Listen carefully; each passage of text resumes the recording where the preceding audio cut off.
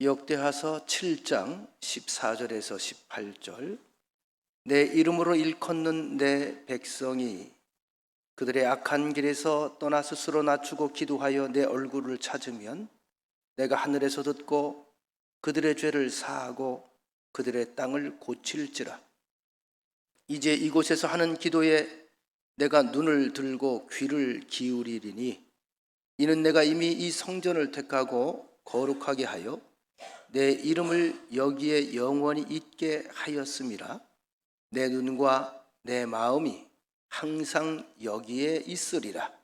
네가 만일 내 앞에서 행하기를 네 아버지 다윗이 행한 것과 같이 하여 내가 네게 명령한 모든 것을 행하여 내 율례와 법규를 지키면 내가 네 나라 왕위를 견고하게 하되 전에 내가 네 아버지 다윗과 언약하기를 이스라엘을 다스릴 자가 내게서 끊어지지 아니라 한 대로 하리라. 아멘. 오늘 예배를 통해서 특별히 우리 아프신 분들이 많이 계신데 이 시간에 놀라운 하나님의 만지심과 치유하심의 역사가 있기를 간절히 소원합니다. 우리 옆 사람과 인사합시다. 당신을 사랑합니다.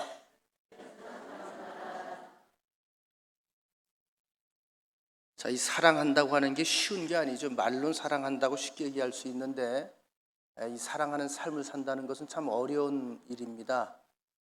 사랑하려면 사랑이라고 하는 것이 표현이 돼야 되겠죠. 그러면 내가 그 사람의 수준으로 가야만 가능하거든요.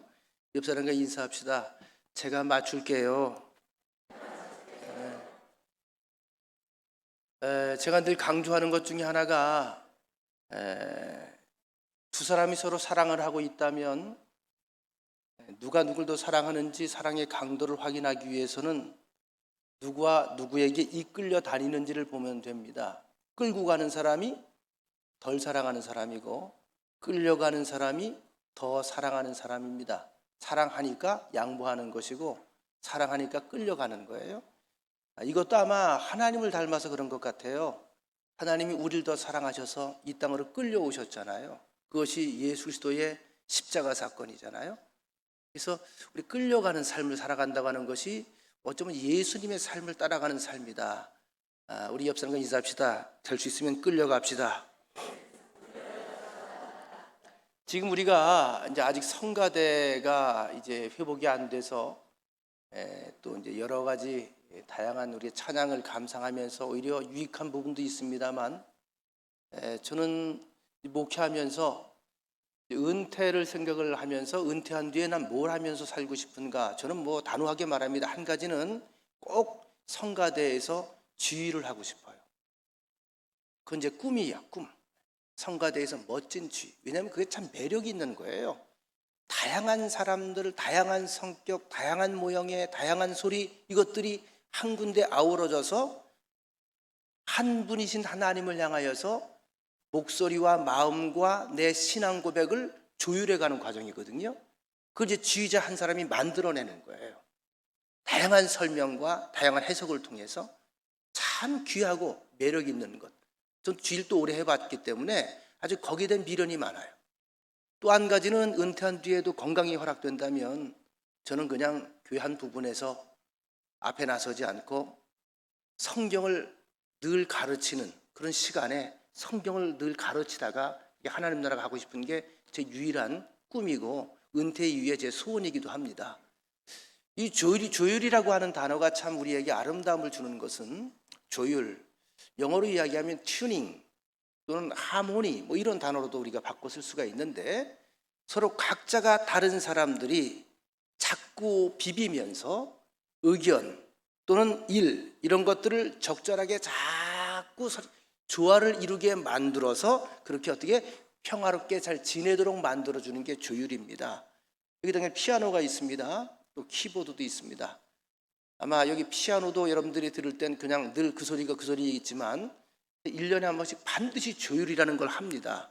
전문 조율사가 와서 피아노 건반을 전체를 하나하나 다 만져서 절대 음감을 다시 줄이 늘어졌나 아니면 더 쳐졌나 아니면 땡겨졌나 그래서 절대 음감을 딱 맞춰놔요.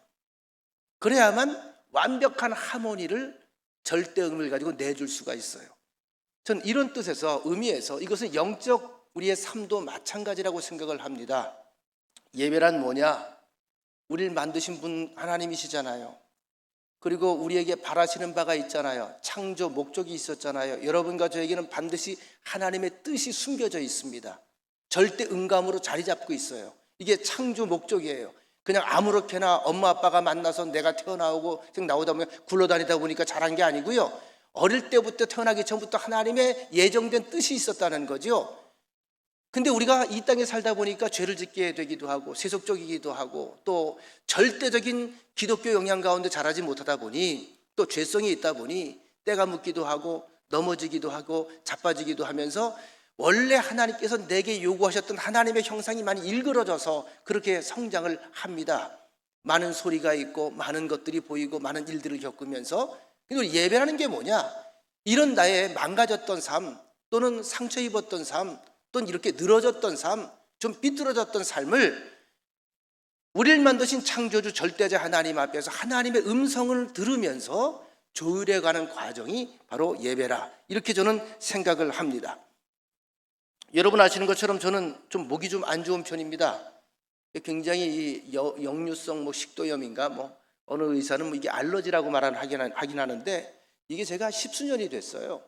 잘 고쳐지질 않아요. 그 의사한테 가면 전문의들이 이렇게 말을 합니다. 몇 가지를 주의를 시켜요.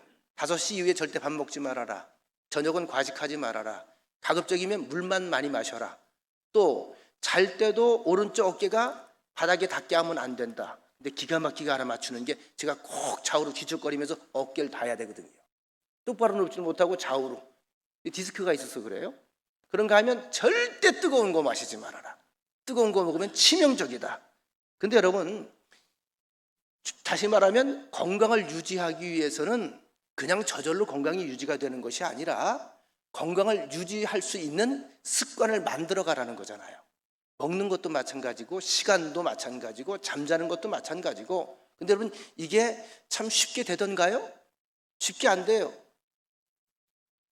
제가 눈을 뜰 때마다 제 어깨가 어디 있나 확인을 해요. 요즘에. 그러면 이렇게 하고 어깨가 다 있어요. 잠결에 제가 아나요? 모르는 거죠. 찾아보면 거기 가 있는 거예요. 이 나쁜 습관을 하나 고친다는 게 그렇게 어렵습니다. 여러분 질병을 치료해서 건강을 유지하는 원칙 중에 하나는 좋은 습관을 본능적으로 무의식적으로 내 속에 가져다 놔야 돼요. 의식하지 않아도 그 습관을 가지고 있으면 건강이 유지가 되는 것입니다.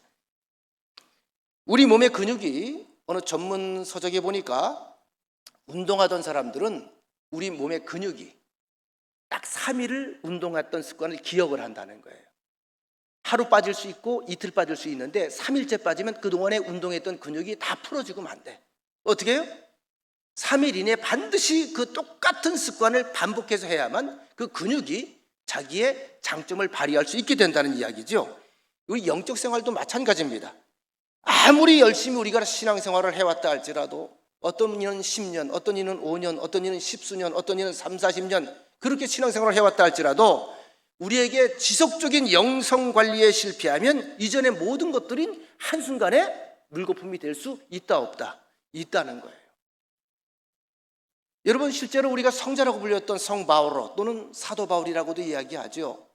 사도 바울이 마지막까지 그가 고민하며 하나님 앞에 씨름했던 영적인 치열함이 자기의 고백 속에 드러납니다. 제가 이 메시지 성경을 통해서 한번 읽어드리겠습니다. 메시지 성경 고린도전서 9장 23절로 27절 말씀인데 고린도 교회 교인들에게 자기 자신의 삶을 지금 대비하면서 그들에게 들려주신 말씀이죠. 자막에 좀 틀어주시죠. 나는 모든 모양의 종이 되어 만나는 사람들을 하나님께 구원받는 삶으로 인도하고자 했습니다. 사도의 이야기를 하는 거죠. 내가 이 모든 일을 한 것은 메시지 때문입니다. 메시지가 뭐죠? 복음입니다. 나는 이 복음의 메시지를 두고 이러쿵저러쿵 논하기보다는 다만 메시지에 참여하고 싶었을 따름입니다. 여러분은 경기장에서 육상 선수들이 달리는 모습을 보았을 것입니다. 모든 선수가 달리지만 상을 받는 선수는 한 명뿐입니다. 여러분도 상을 받을 수 있도록 달려가십시오. 훌륭한 육상 선수는 너나 없이 열심히 훈련합니다. 그들은 녹슬어 없어질 금메달을 따려고 훈련하지만 따라합시다. 여러분은 영원한 금메달을 따려고 훈련하는 것입니다.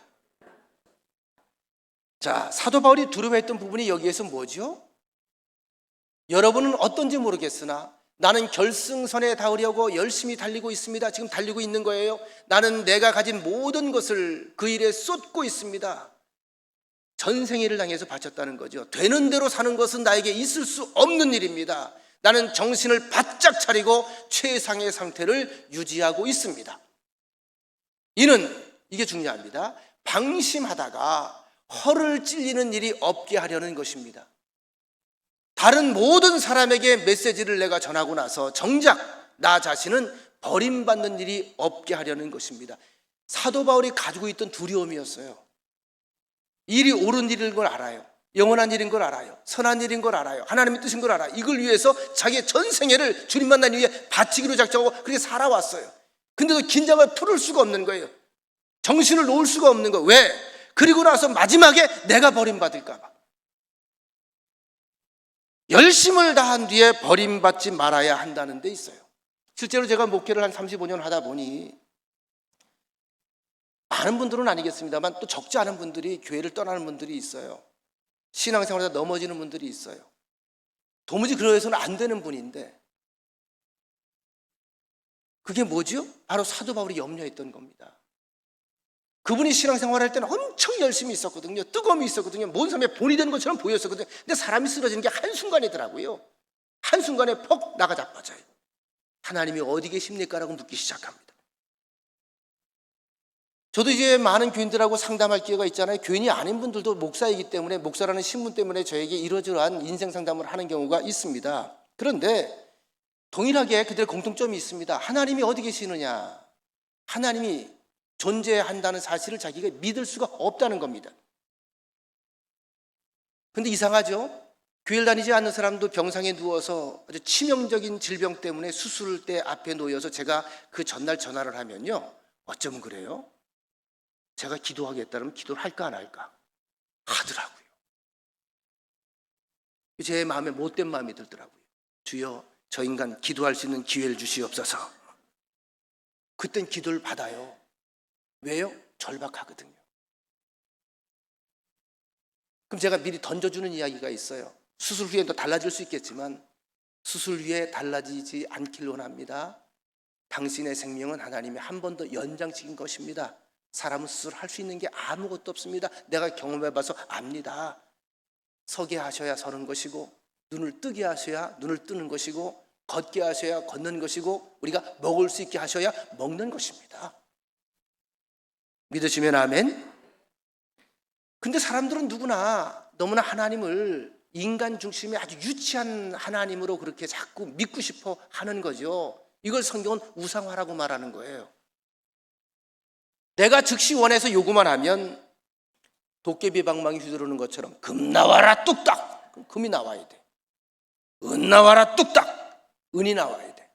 제가 누차 말씀드립니다만 그런 말씀을 제가 드리잖아요. 만약에 우리의 기도에 즉시 그 사람이 선한 사람이고 악한 사람이고 동기가 어떠하든지 간에 주의 이름으로 기도하는 모든 사람들에게 즉시 그 사람의 바람대로 응답하신다면 우리 교인 가운데는 과연 다음 주에 몇 명이나 살아남을까? 종종 그 생각을 해봐요. 여러분 입으로 저주한 적 없나요? 정말 꼴보기 싫은 사람 있잖아요. 미운 사람 있잖아요. 텔레비전 보다가, 여러분 드라마 보다가 어떤 악역을 맡은 사람이 막 악한 일을 해. 어떤 교회 권사님이 앉아있다가 그렇게 이야기하는 걸 듣고 제가 시험 들 뻔했어요. 저런 천벌 받을 년, 저런 죽일 년, 그거 죽었어 벌써. 드라마 연기하다 죽는 거야.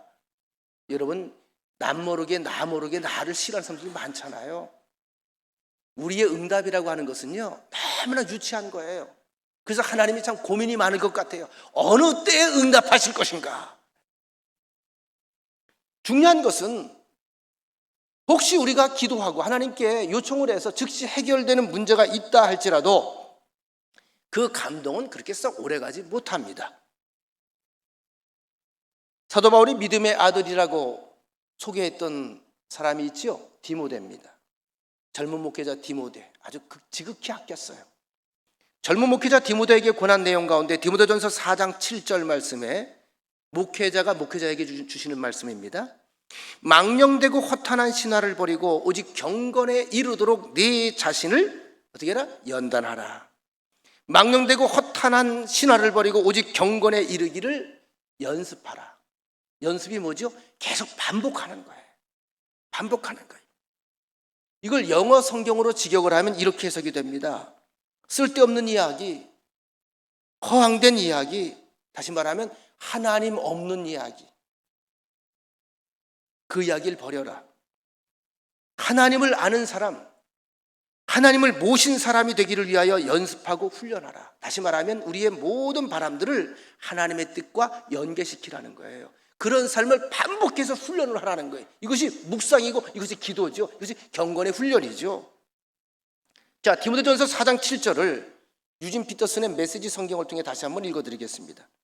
신앙을 가장한, 믿음을 가장한 어리석은 이야기를 멀리 하십시오. 하나님 안에서 경건함에 이르도록 날마다 내 몸을 훈련하십시오. 영적 무기력은 금물입니다. 체육관에서 몸을 단련하는 것도 유익하지만 하나님 안에서 훈련받는 삶은 훨씬 유익합니다. 그런 삶은 현재는 물론이고 영원토록 그들을 건강하게 해줄 것입니다. 자, 이 이야기입니다. 우린 다 축복을 원합니다. 형통한 삶을 원합니다. 그렇게 되시기를 축원합니다. 행복하기를 원합니다. 그렇게 되시기를 간절히 축원합니다. 그런데 성경은 우리에게 요구하는 사항이 있어요. 축복을 원하고 형통을 원한다면 먼저 뭐예요? 하나님은 줄 준비가 되어 있다. 예비되어 있다. 내 삶의 습관을 다시 한번 돌이켜보고 하나하나 좀 조율해 가라는 거예요. 고쳐가라는 거예요. 그래야 그릇이 만들어져요. 그릇이 만들어져야 그것을 담아 누릴 수가 있어요. 담아 누릴 수 있는 삶을 살기 위해서는 나를 돌아보라. 어디에서? 하나님의 말씀 앞에서, 영원한 세계 앞에서. 육의 것을 위해서 애쓰고 노력하고 훈련하면서 더 중요한 영적 세계를 위해서 우리가 얼마나 애를 쓰고 고민하고 훈련을 합니까? 요즘에 몸짱이 유행이잖아요. 저도 이제 헬스 좀 해보려고 그래. 좀 몸 좀 날씬해지려고. 근데 이것보다 중요한 게 있습니다. 영적으로 우리가 추구해야 될 것을 추구하지 아니하면 육적인 것은 결국은요, 아무리 애를 써도 썩는 길로 가는 거예요. 우리가 하나님과의 영적 교제에서 실패하거나 친밀한 하나님을 우리가 평소에 삶 속에서 느끼지 못한다면 우리가 잘못된 영적 길로 빠질 수 있다는 것. 그래서 이 사실을 많이 경험하고 체험하고 보고 들은 사람 가운데 예수님의 12제자 가운데 가장 오랫동안 이 땅에서 살아계셨던 분이 계십니다. 예수님을 사랑했다고 고백하는 사도 요한이죠. 사도 요한만이 유일하게 순교를 당하지 않았어요. 그래서 요한계시록을 남겼고 요한 1, 2, 3서를 남겼습니다. 그런데 그의 서신들 가운데 가장 많이 나오는 주제가 뭔지 아십니까? 사랑. 또 하나가 뭐냐면 지속적인 교제예요. 하나님과 지속적으로 교제해라. 눈을 뜨는 그 순간부터 눈을 감는 그 순간까지 날마다 지속해서 교제해라. 이 교제가 뭐죠? 그분의 사랑 안에 거하는 것이다. 그래서 전해지는 이야기에 의하면 사도 요한이 돌아가실 때가 90대 후반때 돌아가셨다는 이야기가 있는데 걷기가 힘드셨겠죠. 겨우 이분 부추겨가지고 우리에게 하나님의 말씀을 전해달라고 그랬더니 딱 3마디 했다고 하잖아요. 여러분, 하나님은 사랑이십니다. 예수님도 사랑이십니다. 사랑 때문에 돌아가셨습니다. 사랑 때문에 우리가 살아있습니다. 여러분, 서로 따라합시다. 사랑하십시오. 이게 그분의 마지막 설교라고 그래요. 이게 그분의 모든 서신의 요약점입니다. 우리가 영적 생활을 하면서 실패하는 경험을 하는 것은 2가지 유형 중에 하나예요. 잘 한번 기억해 보세요. 하나는 내 영적인 문제들이 다 누구에게나 있습니다. 이 영적인 문제를 남의 기도에 의존을 해요. 남의 기도에. 여러분의 문제는 여러분이 기도해야 돼요. 물론 담임 목사에게 기도 부탁을 하고 주변의 인물들에게 기도 요청을 해서 중보기도 할 수는 있지만 근본적인 건 본인이에요. 본인의 기도가 필요한 거예요. 근데 자꾸 남들에게 의존을 해요. 내 인생이에요. 내가 가는 길이에요. 또 한 가지, 내가 기도를 하긴 하는데 지속적이질 못하고 한순간의 감정에 의존하는 경우가 참 많아요. 목사인 경우에 목회를 하면서 제가 황당한 경우가 가끔 있겠죠. 그분이 저에게 기도 요청을 해요. 목사님, 이러이러한 일을 위해서 기도해 주세요. 저는 약속을 했으니까 기도를 해야 되겠죠. 제 서재에서 기도하고 새벽에도 기도하고 틈날 때마다 그저 혼자 중얼중얼 기도 시간을 갖습니다. 성경을 보다가도 감동이 오면 기도하고 그때마다 이름을 불러가면서 제게 넘겨주신 기도 제목을 가지고 기도를 해요. 근데 기도를 하면서 뭔가 제 마음속에 평안이 임하기 시작하거든요. 그러면 때가 임박했다는 걸 저는 알아요. 근데 그분이 먼저 뛰쳐나가요. 목사님, 때려칠래요. 왜요? 기도하면 뭐예요? 맨날 이 모양 이 꼴인데? 진짜 뛰쳐나가요. 그걸 제가 어떻게 잡겠어요? 좀만 더 기다려 보시죠. 기다려본 게 엊그제인데 지금 한두 날 지났어요. 한두 주 지났어요. 이 정도면 해결이 돼야죠. 이런 얘기들이거든요. 자, 이런 거예요. 지속적이지 못하는 거예요. 이것 자체가 하나님 중심의 삶에서 벗어나는 삶이라는 것입니다. 자, 여러분, 요한복음 1장 12절 말씀을 제가 읽어드리겠습니다. 아주 유명한 말씀이죠.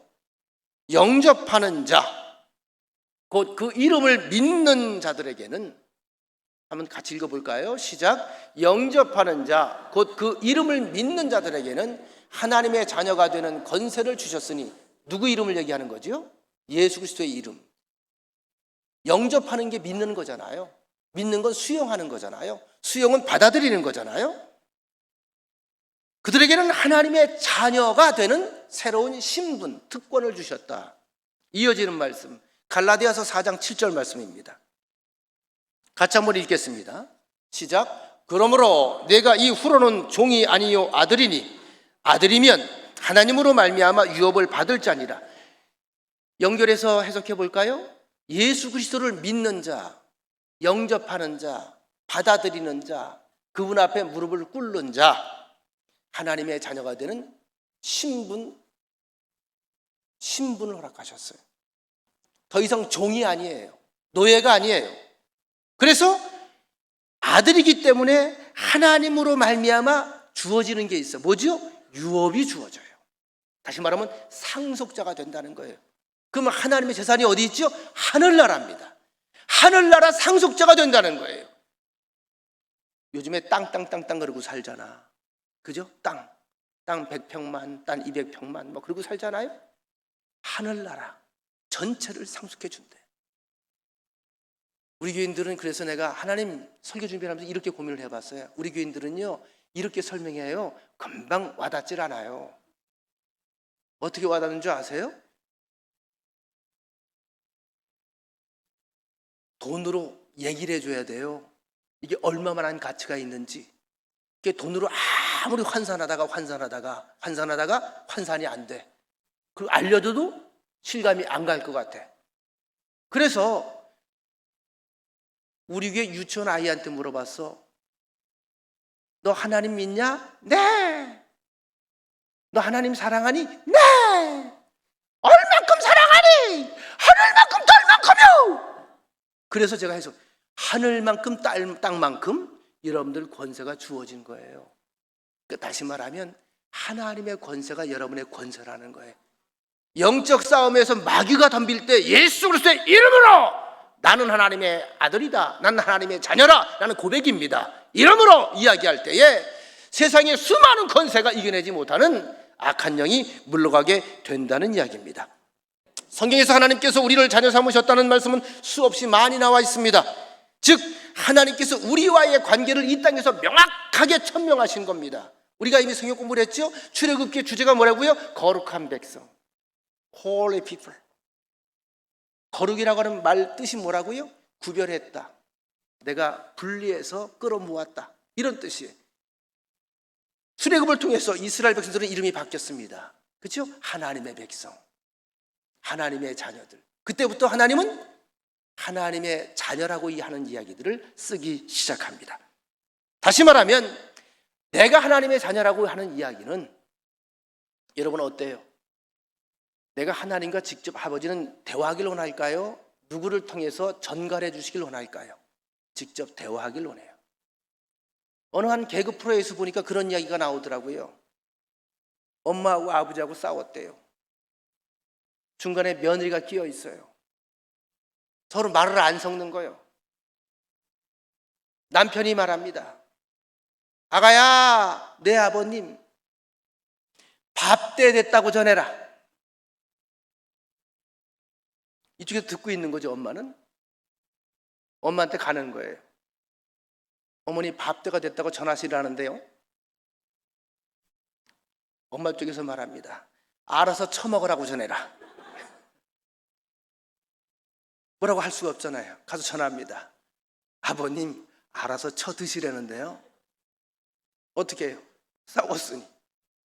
이쪽에서 뭐라고 그래요? 나 집 나간다고 전해라. 와서 집 나가신다는데요. 아내가 뭐라 그럴 것 같아요? 나이가 70이 넘었는데. 이렇게 전하는 거죠. 나가서 다시 들어오지 말라고 전해라.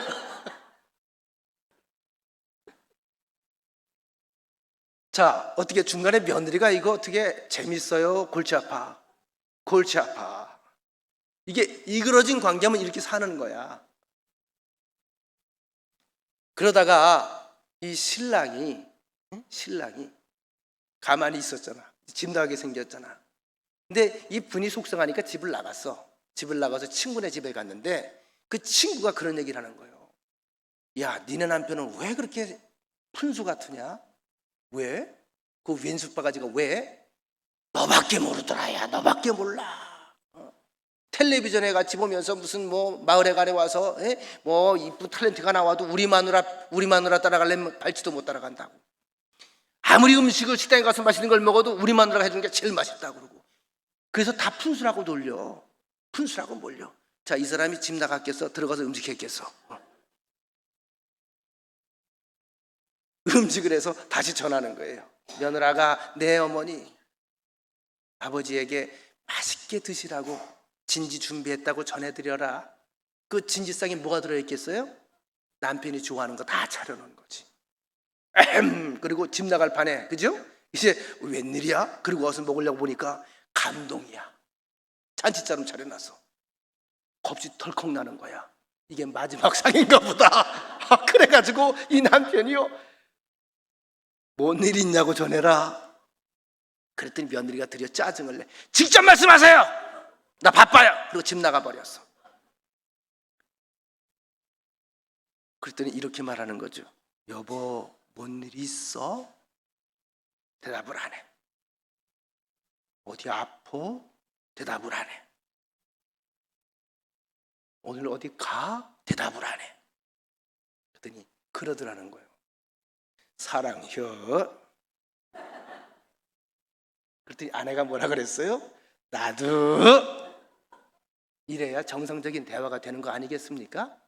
여러분, 우리가 하나님을 아버지라고 부르면서 얼마나 우리가 직접 대화하는 시간들을 많이 가지나요? 인격적인 만남의 시간들을 여러분들이 가지나요? 말씀을 들으면서 이 말씀 앞에서 이렇게 우리가 응답하는 시간들을 많이 가지나요? 다 그죠? 지나가는 스쳐 지나가는 바람처럼 남 얘기로 듣지 않습니까? 여러분, 하나님 편에서 서운하시겠어요? 안 서운하시겠어요? 서운하시죠. 우리의 삶의 믿음의 품질을 높이는 가장 중요한 단계는 뭐냐면, 내가 직접적으로 하나님께서 나와 인격적으로 만남을 가지길 원하신다는 사실을 알고 살아가야 돼요.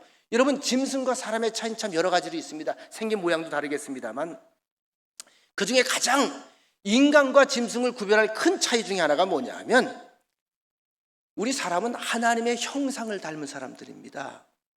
다시 말하면 품위가 있어야 돼. 따라합시다. 품위, 품격, 이게 있어야 돼요. 그게 다른 거예요. 요즘에 사람들이 뭐 애완견에서 옷 입혀주더라고. 옷 입혀줘요.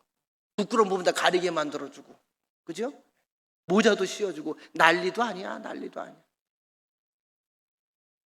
어제 무슨 유튜브를 하나 제가 보다가 아주 경악을 금치 못해서 죄송합니다. 우리 교인들 가운데 혹시 그런 분들이 있으면 오해하지 마시고요. 제가 아직 수준이 그렇게는 안 되네요. 개 레스토랑이 따로 있더라고요. 그거 보고 깜짝 놀랐어요. 근데 실제로 예약을 꼭 해야 돼요. 얼마나 거기가 분주한지 예약을 해요. 의자 있고요, 양식도요 기가 막혀요. 한 끼 양식이 10몇만 원씩이야. 죄송합니다, 욕 나올 뻔했어. 걔를 다 관리해서 다 모시고 가면요, 거기에 아주 예쁘게 차려입은 정장을 한 사람들이 오여가지고 1번 손님 이름까지 불러드려야 돼요. 몇 번 코스 나갑니다, 맛있게 드시기 바랍니다. 그리고 사람이 와서 탁 넣으면 쳐먹어. 맛있게 드셨습니까? 만족하셨습니까? 2번 코스입니다. 또 쳐먹어. 모르겠어요. 앞으로 그렇게 되는 시대가 이미 왔나 봐요. 지금 그렇게 되고 있어요. 이 나라에서 벌어지고, 우리나라에서 벌어지고 있는 일이에요.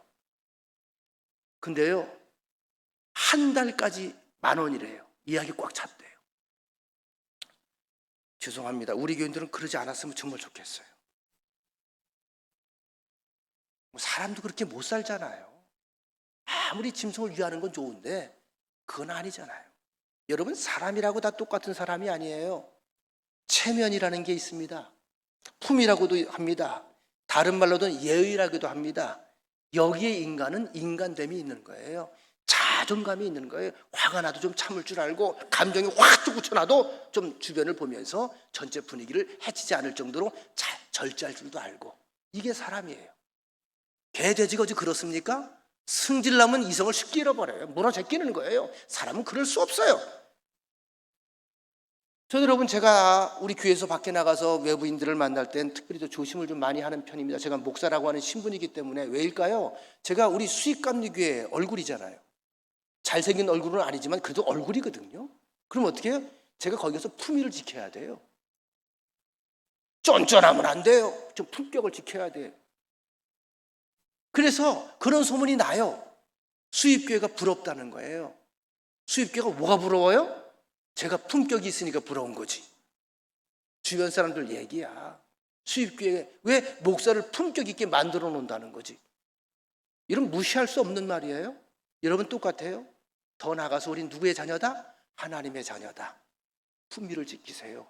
공주는 공주처럼 해야 공주인 거예요. 왕자는 왕자처럼 해야 왕자인 거예요. 개망나니 왕자는 그건 왕자가 이미 아닌 거예요. 영적 세계도 마찬가지죠. 우리가 하나님의 역사와 사탄의 괴계를 잘 분별해 낼 줄 알아야 돼요. 얼마나 우리가 신앙이라고 하는 이름으로, 기독교라고 하는 이름으로, 종교라고 하는 이름으로 사실은 사악한 사이비들이 많이 등장을 합니까?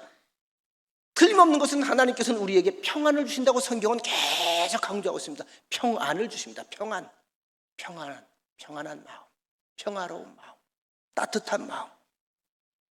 그런데 두려움은 사탄의 세력입니다.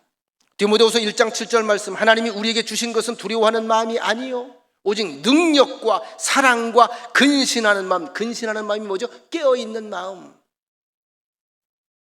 그런데 우리의 기준은 뭐죠? 우리 인생의 기준은, 삶의 기준은 하나님의 말씀입니다. 믿으시면 아멘. 그런데 하나님께서 주시는 마음은 두려워하는 마음이 아닙니다. 우리에게 영적인 부담감을 줄 수는 있습니다. 왜? 이런 말씀을 듣다 부담을 가질 때 있어 없어? 있잖아요. 이건 내 생각하고 좀 다른데, 내가 살아왔던 삶의 방식하고 좀 다른데, 이럴 때 내가 좀 부담을 가져요. 그런데 여러분, 이것은 부담이지 두려움이 아니에요. 두려움과는 다른 차원이에요. 영적으로 눌린 사람들을 보면요, 그 특징이 다 두려움이 있어요. 불안해요. 안절부절해요. 좌불안석이에요. 예를 들면 점치는 사람이나 무당이 이야기하기를, 당신의 점을 보니까 큰 병에 걸릴 것 같습니다. 언제요?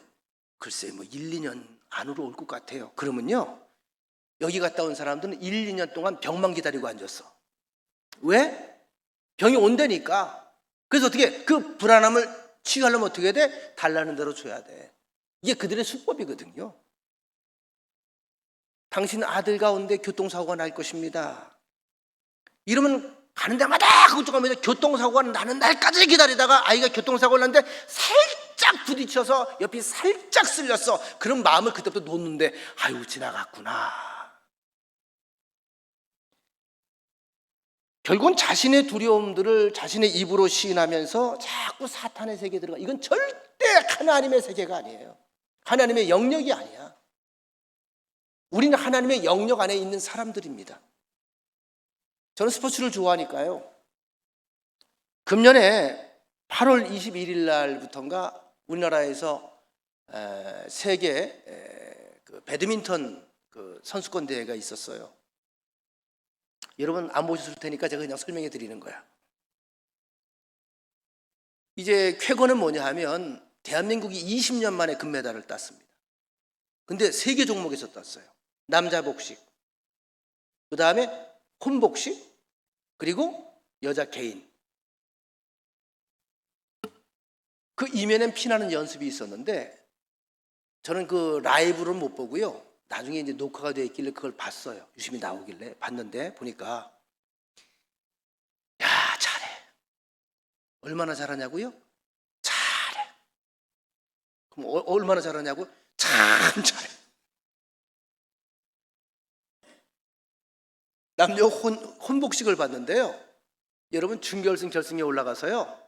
이 랠리라고 하는 게 여기서 한번 딱 치면 저기서 딱 치고 딱 치고 이게 170번이 왔다 갔다 하더라고. 나중에 아나운서가 입을 쩍 벌리는데 170번 안 끝나.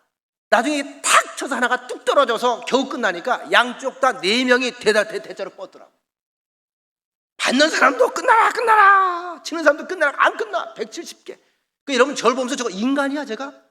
집중력이 인간이야? 인간. 한 랠리에 그렇게 나온 거예요. 그런 게 몇 번을 되풀이 되는데 나중엔 외국 선수들이 다 고개를 흔들어요. 나중에 인터뷰를 하는데 제가 그 비결을 알아냈어. 보통 다른 나라 같은 경우는요, 이렇게 시합이 있으면 꾸준히 물론 1년 연습을 하지만은 집중적으로 한 달 앞두고 소집을 해서 연습을 합니다. 우리나라가요 3달 앞두고 소집을 했어요. 태릉촌에서. 여러분 올해 여름에 얼마나 더웠어요? 그러면 하루 이틀 휴가를 줄만도 하잖아요. 2, 3일 휴가 줄만도 하잖아요. 휴가를 한 번도 줬는데 안 나갔대. 스스로 안 나갔대. 3개월 동안 쫙한 거야. 하루도 안 쉬었대. 하루도. 3개월 동안. 마지막에 175번 176번 나올 때 그게 나오는 거야. 다 체력이 방전이 돼서 땀이 피어도 쏟아지는데 그냥 치는데 저쪽 사람들은 동공이 흔들리는데 우리 사람들은 동공이 요동함이 없어요. 왜? 하던 대로 왜? 해오던 거야. 그냥 3개월 동안 그 여름에 그냥 한 거야. 이길 수가 없죠. 평정심을 잊어버리질 않았어요. 자, 여러분 신앙생활도 마찬가지예요. 왜 제가 이런 말씀을 드릴까요? 기도하던 사람이 기도하는 거예요. 찬양하던 사람들이 늘 찬양에 입을 달고 사는 거예요. 예배 중심의 사람이 시간과 공간이 뒤바뀌어도 어딜 가든지 어느 곳에서든지 예배가 축이 되는 인생을 찾아가는 겁니다. 이렇게 살길 하나님이 원하시는 거예요. 전 세계 유태인들이 흩어져 살아도 정확하게 그 시간이 되면 동시에 하늘을 우러러보지 않습니까? 하나님의 말씀이 기준입니다. 우주가 하나님의 섭리의 축에 의해서 운행되고 있습니다. 하나님께서 섭리하신 대로 운행이 다 되는 거예요. 이것은 사람의 긍정과 부정의 문제와는 상관이 없어요. 그것이 팩트고 사실이기 때문에 이것을 반듯하게 믿고 그리고 살아가는 것이 바로 여러분과 저에게 주어진 사명이고 우리에게 주어진 길입니다. 하나님은 그 길을 걸어가 주길 원하는 거예요. 근데 그 길은 나 혼자 걷는 길이 아니죠. 주님이 함께 걷는 거예요. 여러분 성경을 유심히 보시면 하나님은 사람을 사용하실 때에 즉흥적으로 사용하시는 게 아니에요. 감정적으로 사용하시는 게 아닙니다. 철저하게 준비시키고 철저하게 예비시켜서 훈련시켜서 사용을 하십니다. 우리가 흔히 신앙을 착각하는 것은 위대한 신앙인들의 고난과 훈련의 과정을 잊어버려요. 야고보서 기자는 계속해서 우리에게 말씀합니다. 야고보서 2장 21절 26절 행함이 없는 믿음은 죽은 믿음이다. 우리 조상 아브라함이 그 아들 이삭을 제단에 바칠 때 행함으로 의롭다 하심을 받은 것이 아니냐. 아브라함의 행하는 믿음, 결단의 믿음을 이야기하죠. 내가 보거니와 믿음이 그의 행함과 함께 일하고 행함으로 믿음이 온전하게 되었느니라. 이에 성경은 이른바 아브라함이 하나님을 믿으니 이것을 의로 여기셨다는 말씀이 이루어졌고 그는 하나님의 벗이라 칭함을 받았으니 이로 보건대 사람이 행함으로 의롭다 하심을 받고 믿음으로만은 아니니라. 또 이와 같이 기생 라비 사자들을 접대하여 다른 길로 나가게 할 때에 행함으로 의롭다 하심을 받은 것이 아니냐. 영혼 없는 몸이 죽은 것 같이 행함이 없는 믿음은 죽은 것이니라. 우리에게 주신 사명이 있다는 거예요, 없다는 거예요? 있어요. 근데 이 사명을 감당하기 위해서는 우리가 해야 될 일들이 있어요. 지속적인 교제가 필요한 겁니다. 사도 바울은 부르심을 받은 이후에 그는 율법학자였습니다. 성경을 꿰고 있어요. 구약을 다 꿰고 있어요. 그러나 아라비아 사막에서 3년의 세월을 다시 재공부를 합니다. 튜닝을 하는 거예요. 모세는 부르심을 받은 후에 아론이라고 하는 걸출한 동역자와 함께 그 일을 해나갔습니다. 아브라함은 믿음의 조상이라 불리기 위해서 많은 시험과 연단의 기간들을 통해서 그의 삶이 조율되어 갔습니다. 여호수아는 모세의 후계자가 되기 위해서 40년을 모세를 따라다니면서 산전수전 다 겪으면서도 한결같이 자기 자리를 지켰어요. 그래서 여러분 여호수아 1장 1절부터 9절까지 우리가 내용들을 잘 알잖아요. 너는 강하고 담대하라. 두려워하지 말아라. 그리고 내가 모세와 함께 했던 것처럼 너와 함께 하리라. 다른 말씀이 아니에요. 요 딱 한 말씀 듣고 여호와가 자신감을 빡 얻습니다. 왜? 보고 행한 걸 다 그는 알고 있거든요. 요셉은 어땠습니까? 애굽에서 종살이와 감옥 생활 등을 지나면서 그는 어떻게 해요? 그 과정이 없었다면 지도자가 될 수도 없었죠. 하나님께서 그 과정을 통해서 그를 연단시키고 그는 그 연단을 잘 소화해내는 가운데 자기도 모르게 부쩍 큰 그릇이 되었던 것입니다. 그 어떤 사람도 한순간에 믿음의 영웅이 되지 않았다는 사실을 명심하십시오. 그래서 믿음은 감정이 아니라 계속되는 인내와 훈련과 연단의 시간을 지나서 다져지는 거예요. 저 부족한 게 많습니다. 전 요즘에 그래서 행복합니다. 왠지 아세요? 성경이 다시 보기 시작하니까요. 성경 말씀이 제 몸 구석구석에 영혼 깊이 날라가요. 때려요. 이제 철이 좀 든다 그럴까요? 철이 이제야 들어가요. 내일 모레가 이제 저도 회갑인데 이제 철이 들어가기 시작하는 거예요. 철이 들어가니까 겁이 나요. 왜? 이제 시작이니까. 이제 시작이에요. 완성된 게 아니라 이제 완성을 향해 시작하는 거예요. 본격적으로 가동이 되는 것입니다. 여러분, 다시 한번 말씀드립니다. 일상이 기적입니다. 일상이 하나님의 은총입니다. 일상이 하나님의 은혜입니다. 오늘 보니까 조봉여 집사님도 나와주셔서 너무 고맙고, 민곤사님도 나와서 고맙고, 우리 우열이도 나와 앉아있어도 참 고맙고, 다들 아픈 분들이 있다가 나와서 우리 양권사님 고맙고 너무 고마워요. 우린 같은 고백을 이제 할 수 있을 거예요. 하나님께서 만져주셔야 되잖아요. 살게 하셔야 되잖아요. 먹게 하셔야 되잖아요. 그죠? 기적 속에 살아가는 거예요. 기적 속에 살아가는 우리들에게 하나님께서 들려주신 말씀이 있죠. 내 이름으로 일컫는 내 백성들. 우리의 삶에 뭐가 있다? 하나님의 이름이 있습니다. 하나님의 명예가 있습니다. 하나님의 바람이 있습니다. 그래서 우린 더 하나님께서 욕심을 가지고 내 인생에 관여를 하십니다. 말씀 정리해 나갑니다. 빌립보서 4장 6절 우리에게 들려주는 말씀. 아무것도 염려하지 말고 오직 모든 일에 기도와 간구로 너희 구할 것을 감사함으로 하나님께 아뢰라. 우리 다시 한번 읽겠습니다. 아무것도 염려하지 말고 오직 모든 일에 기도와 간구로 구할 것을 감사함으로 하나님께 아뢰라. 한 번만 더 읽습니다. 아무것도 염려하지 말고 다만 모든 일에 기도와 간구로 너희 구할 것을 감사함으로 하나님께 아뢰라. 여러분이 기억할 것이 있습니다. 너무 큰 일이어서 하나님께서 다루실 수 없는 일이 없습니다. 너무 작은 일이어서 하나님이 신경 쓸 수 없는 일이 없습니다. 크든 작든 하나님 앞엔 다 하나님이 다룰 수 있는 문제입니다. 야고보서 1장 5절에 보면 너희 중에 누구든지 지혜가 부족하거든 모든 사람에게 후히 주시고 꾸짖지 아니하시는 하나님께 구하라 그리하면 주시리라. 이게 지혜가 뭘까요? 하나님의 뜻입니다. 구할 때 주겠다는 거예요. 언제든지 푸싱할 준비를 하고 있다는 거예요. 여러분의 삶의 영역에 있어서 하나님께 구체적으로 기도하는 그런 구하는 습관을 반드시 만드시기 바랍니다. 수시로 구하세요. 수시로 중얼중얼 구하세요. 제가 농담 삼아 이야기하지만 농담이 아닙니다. 하다못해 저는 하나님 뭐가 좀 먹고 싶어요 라고 말하면 우리 교인들이 어쩌면 골레가 달라고 안 했는데 갖다 주시더라고요. 응답 아닐까요? 내가 전화한 적도 없어요. 알려준 적도 없어요. 저거 밥 먹자 해서 나가보면 그걸 사주더라고요. 응답일까 아닐까? 저 개인적인 체험이에요. 아주 사소한 것까지 응답하시는 분이에요. 이게 일상에서 우리가 이 삶을 체험해야 돼요. 그래야 삶의 재미가 있고 신앙의 맛이 있는 거예요. 믿음이 있다는 것은 추상적인 것이 아니라는 것.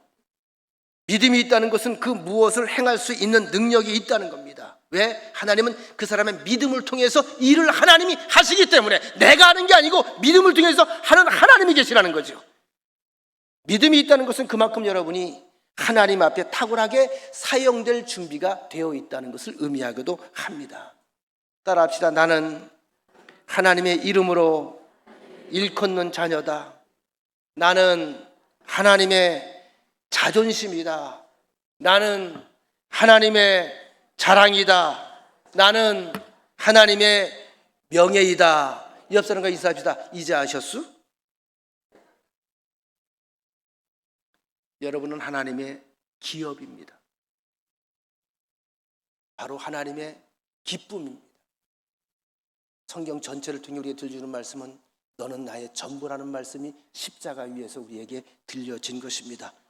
이제 여러분들의 믿음이 충전되는 것만큼 힘이 있는 내일을 보게 될 것이고 여러분의 믿음이 충전된 만큼 시온의 대로가 열리는 것을 체험하게 될 것입니다. 아름다운 간증의 소유자가 되시기를 간절히 축원합니다.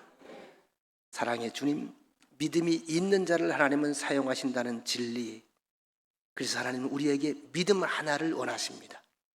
주님, 성령을 통해서 우리의 믿음의 지경이 확장되게 하시고 확장되기 위해 필요한 훈련과 연단, 기쁨으로 잘 감당해낼 수 있도록 도와주셔서 정말 우리 황혼의 때에 더 아름다운 간증, 아름다운 멋진 소식을 이 땅에 남기는 이정표들이 되게 하시며 하나님의 온전한 기쁨이요 웃음이요 자랑이 되게 하옵소서. 예수님의 이름으로 기도합니다. 아멘.